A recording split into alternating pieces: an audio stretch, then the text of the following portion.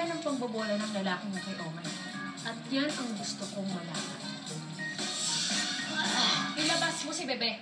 Siya ang sumisip-sip sa lakas namin. Malinda! Ikaw din! Wag kang tatanggi. Si Bebe yun ah. Sigurado. Siya lang ang magpira dito kanina eh. Siya lang ang nakakalabas ng ganong kabilis. Ay, naku, mas malakas pa siya sa atin. Huwag kang umiyak dyan. May pag-asa pa tayo. Sino? Si Monica? Dahil malakas siya? Huh? Hindi si Sonia.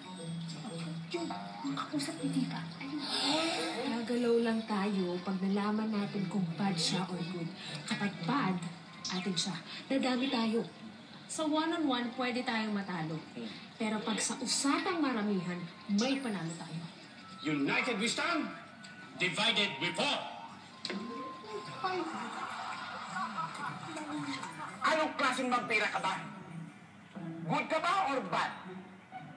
Magsalita ka! Are you good or are you bad?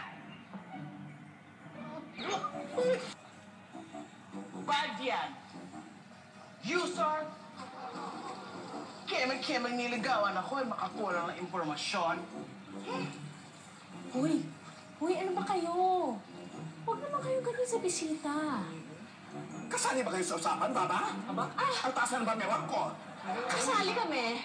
Oo, di sige. Kapag may inaapi. Correct. Ano ba kung bad si Arthur? I mean, wala ba siyang karapatang maging? Oh, yan. Oh. Aray ko. Aray.